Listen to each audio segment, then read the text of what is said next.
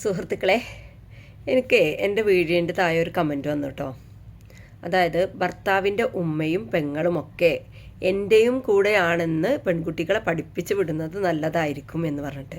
എന്നിട്ട് ആ വ്യക്തി അതിൻ്റെ താഴെ എഴുതിയിരുന്നു, ഇതൊന്ന് ചെയ്യണേ, അഥവാ ഒരു വീഡിയോ ചെയ്യണേ എന്നുള്ളത്. ഓക്കെ, ഞാൻ ഇദ്ദേഹത്തിൻ്റെ വാക്കുകളെ റെസ്പെക്റ്റ് ചെയ്യുന്നു.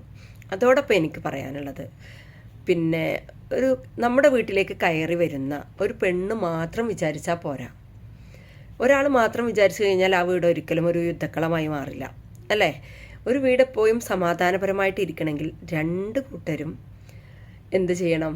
ഒരുപോലെ അങ്ങോട്ടും ഇങ്ങോട്ടും വിട്ടുവീഴ്ച ചെയ്യാനും റെസ്പെക്റ്റ് ചെയ്യാനൊക്കെ പഠിക്കണം. ഞാനിപ്പോൾ ഒരാളെ റെസ്പെക്റ്റ് ചെയ്തില്ലെങ്കിൽ മറ്റുള്ളവർ ചിലപ്പോൾ ആ ആൾ എന്നെ റെസ്പെക്റ്റ് ചെയ്യുന്നുണ്ടാകാം, ഞാൻ അയാൾക്ക് തിരിച്ച് റെസ്പെക്റ്റ് കൊടുക്കുന്നുണ്ടാവില്ല. പക്ഷെ മറ്റ് പല ആളുകളിൽ നിന്നും എനിക്കുള്ള റെസ്പെക്റ്റ് കിട്ടാതെ വരും. അപ്പം എനിക്ക് കിട്ടണം എന്ന് ഞാൻ ആഗ്രഹിക്കുന്ന, അല്ലെങ്കിൽ എനിക്ക് വേണ്ടപ്പെട്ട ആളുകളിൽ നിന്ന് വരെ കിട്ടാതെ വരും. അപ്പോഴേ അതിൻ്റെ വില എന്താണെന്ന് എനിക്ക് മനസ്സിലാകുള്ളൂ. ഞാൻ ഒരു എക്സാമ്പിൾ വെച്ചിട്ട് എന്നെ പറഞ്ഞെന്നുള്ളൂ കേട്ടോ. ഞാൻ അത്യാവശ്യം റെസ്പെക്റ്റ് കൊടുക്കാൻ ശ്രമിക്കാറുണ്ട്. ഓക്കെ, പക്ഷേ ഇവിടെ ഞാനൊരു കാര്യം പറയട്ടെ. ഭർത്താവിൻ്റെ ഉമ്മയായാലും ഭർത്താവിൻ്റെ പെങ്ങളായാലും ആരായാലും ഈ കയറി വരുന്ന പെണ്ണിനെ മാന്യമായിട്ട് സ്വീകരിക്കാൻ റെഡിയായാൽ, അഥവാ ഞങ്ങളുടെ കുടുംബത്തിലെ ഇപ്പോൾ ഭർത്താവിൻ്റെ ഉമ്മ വിചാരിക്കണം, എനിക്കൊരു മോളുണ്ട്, ആ മോളോടൊപ്പം മറ്റൊരു മോളും കൂടെ വന്നു, അല്ലേ? അതേ സ്ഥാനത്ത് എൻ്റെ മോൾക്ക് വേണ്ടത്ര പരിഗണന ഹസ്ബൻഡിൻ്റെ വീട്ടിൽ കിട്ടണം. എന്നാൽ ഞാൻ എൻ്റെ മരുമകൾക്ക് വേണ്ടത്ര പരിഗണന കൊടുക്കില്ല. നിങ്ങളൊക്കെ ചിലപ്പം കേട്ടിട്ടും കണ്ടിട്ടൊക്കെ ഉണ്ടാകും, ഓരോ വീഡിയോ കോമഡിയിലെങ്കിലും കണ്ടിട്ടുണ്ടാകും. സ്വന്തം മോള് ഭർത്താവിൻ്റെ കൂടെ വിദേശത്തേക്ക് പോകുവാൻ വേണ്ടിയിട്ട് ഉമ്മ അങ്ങേയറ്റം പ്രോത്സാഹനം കൊടുക്കും, അല്ലേ? അതിന് വേണ്ട കുരുട്ടുബുദ്ധി വരെ മോൾക്ക് പറഞ്ഞു കൊടുക്കും. അതേ സ്ഥാനത്ത് തൻ്റെ മകൻ എങ്ങാനും തൻ്റെ മരുമകളെ കൊണ്ടാകാൻ വേണ്ടിയിട്ട് ശ്രമിച്ചാൽ അപ്പം അറിയാം ഉമ്മയുടെ സ്വഭാവം, ഭർത്താവിൻ്റെ ഉമ്മയുടെ സ്വഭാവം, അല്ലേ? അതപ്പം എന്തായിരിക്കും? പെൺകോന്തനാണ്, അങ്ങനെയാണ്, ഇങ്ങനെയാണ്, അങ്ങനെ പല രീതിയിലുള്ള എല്ലാവരും കണ്ടിട്ടുണ്ടാകും. ഇവിടെ എനിക്ക് പറയാനുള്ളത്, ശരിയാണ്, ഏതൊരു പെൺമക്കളെ കല്യാണം കഴിച്ചു വിടുമ്പോഴും പേരൻസ് പറഞ്ഞു കൊടുക്കേണ്ടത് അവിടുത്തെ ഉമ്മയും ഉപ്പയും നിൻ്റെ ഉമ്മയും ഉപ്പയുമാണ്. അവിടുത്തെ പെൺകുട്ടികളും ആൺകുട്ടികളും, അഥവാ പിന്നെ നാത്തുമാരും ഇളച്ചന്മാരൊക്കെ ആയാലും അതൊക്കെ നിൻ്റെ അനിയന്മാരോ അനിയത്തികളോ അല്ലെങ്കിൽ ജ്യേഷ്ഠന്മാരോ ജ്യേഷ്ഠത്തികളായിട്ട് തന്നെ നീ കാണണം. ഇതൊക്കെ പറഞ്ഞു കൊടുക്കണം എന്നുള്ളത് നല്ല കാര്യം. ഞാൻ തീർച്ചയായിട്ടും അത് മാനിച്ച്, ആ ഒരു വീഡിയോ ഒരു കമൻറ്റിനെ മാനിച്ചുകൊണ്ട് തന്നെയാണ് പറയുന്നത്. എന്നിരുന്നാൽ പോലും ഞാൻ പറയാണ്, കയറി വന്ന പെണ്ണിനെ തൻ്റെ വീട്ടിലൊരു മകളുടെ സ്ഥാനം ഉമ്മക്ക് കൊടുക്കാൻ കഴിഞ്ഞില്ലെങ്കിൽ, അതുപോലെ പെങ്ങൾക്ക് തൻ്റെ കൂടപ്പിറപ്പിനെ പോലെ കാണാൻ പറ്റിയില്ലെങ്കിൽ, പിന്നെ ആ പെണ്ണിനെ പറഞ്ഞിട്ട് കുറ്റം പറഞ്ഞിട്ട് കാര്യം ഉണ്ടാവില്ല. പിന്നെ വേറൊരു കാര്യമുണ്ട്, ഇഷ്ടമില്ലാത്ത പെണ്ണിന് തൊട്ടതെല്ലാം കുറ്റമെന്ന്.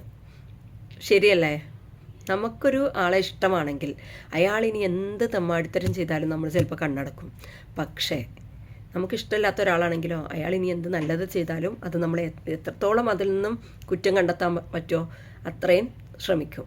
അപ്പം ഇതൊന്നും ഞാൻ ഒരാളെ വെച്ചിട്ടോ ഒന്നും പറഞ്ഞതല്ല കേട്ടോ.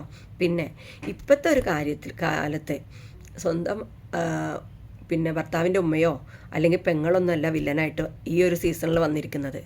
ഇവിടെ ശരിക്കും ഭർത്താവ് തന്നെയാണ് വില്ലനായിട്ട് വന്നിരിക്കുന്നത്. ഭർത്താവ് മറ്റു കാര്യങ്ങൾക്കൊക്കെ അടിമപ്പെടും, മയക്കുമരുന്ന് അങ്ങനത്തെ രീതിയിലുള്ളതിനൊക്കെ. എന്നിട്ട് പിന്നെ ഭാര്യയെ എത്രത്തോളം ഉപദ്രവിക്കാൻ പറ്റുമോ അത്രത്തോളം ഉപദ്രവിക്കും. അങ്ങനെയാണ് ഒരുപാട് പെൺകുട്ടികൾ ആത്മഹത്യക്ക് ശ്രമിക്കുന്നത്. ഞാനൊരു കാര്യം പറയട്ടെ, പിന്നെ ഒരു ഭർത്താവാണെങ്കിലും ഭാര്യയാണെങ്കിലും ഞാൻ രണ്ടുപേരെയാണ് പറയണത്. കാരണം സ്നേഹം പറ്റിയ മനസ്സുമായിട്ട് ഒരു പുരുഷൻ ഒരു സ്ത്രീയെ സ്വീകരിക്കാനും റെഡിയാകരുത്. അതുപോലെ ഒരു സ്ത്രീ മറ്റൊരു പുരുഷൻ്റെ ജീവിതത്തിലേക്ക് സ്നേഹം പറ്റിയ മനസ്സോടുകൂടി കയറി പോവുകയും ചെയ്യരുത്. ഒന്നും ഉണ്ടായിട്ടല്ല, നിങ്ങളുടെ ഹൃദയത്തിൽ സ്നേഹം പറ്റിയിട്ടില്ലെങ്കിൽ മാത്രം നിങ്ങൾ കുടുംബ ബന്ധത്തിന് റെഡിയാവുക.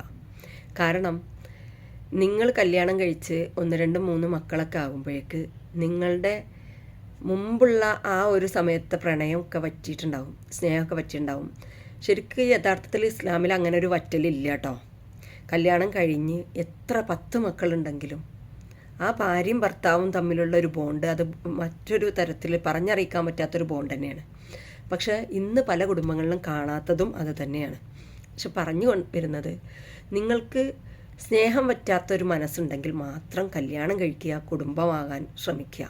അല്ലെങ്കിൽ സ്നേഹമില്ലാത്ത രണ്ട് മനസ്സുകൾ ചേർന്നിട്ട്, സ്നേഹം പറ്റിയ രണ്ട് മനസ്സുകൾ ചേർന്നിട്ട് അതിൽ ഉണ്ടാകുന്ന മക്കളെയും കൂടെ ഉണ്ടല്ലോ, ശരിക്കും ആ മക്കളെ എന്താ പറയുക, അത്രയ്ക്ക് അങ്ങ് അവർക്ക് അവരുടെ ജീവിതത്തിൻ്റെ സ്റ്റാർട്ടിങ്ങിൽ തന്നെ അവരെ ട്രോമയിലേക്ക് തള്ളിവിടുക.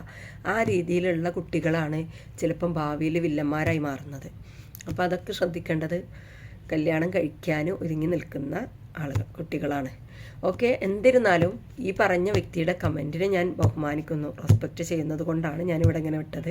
പക്ഷേ ഇവിടെ എനിക്ക് ആ പെണ്ണിനെ മാത്രം കുറ്റപ്പെടുത്തി ഭർത്താവിൻ്റെ ഉമ്മയെയും പെങ്ങളെയും പദവി ഉയർത്തിക്കാട്ടാൻ പറ്റില്ല. കാരണം അധിക വീടുകളിലും സ്വന്തം മോളെപ്പോലെ സ്വീകരിക്കാനും സ്വന്തം കൂടപ്പിറപ്പിനെ പോലെ സ്വീകരിക്കാനും റെഡിയാകാതെ വരുമ്പോഴാണ് ഓരോ പെൺകുട്ടികളും അവരുടെ രണ്ടാമത്തെ മുഖം കല്യാണം കഴിച്ച് കൊണ്ടുപോയ വീട്ടിൽ പ്രകടമാക്കുന്നത്. അപ്പോൾ ഇത്രയേ ഉള്ളൂ പറയാൻ. പിന്നെ സ്വന്തം ഉമ്മയും പെങ്ങന്മാരെയൊക്കെ കാണുന്ന പോലെ തന്നെ അവിടെയും പോയിട്ട് കണ്ടു കഴിഞ്ഞാൽ ആ പെൺകുട്ടിക്കും നല്ലതായിരിക്കും. ഇത്രയും പറയട്ടെ. അപ്പോൾ ഓക്കെ, ബൈ.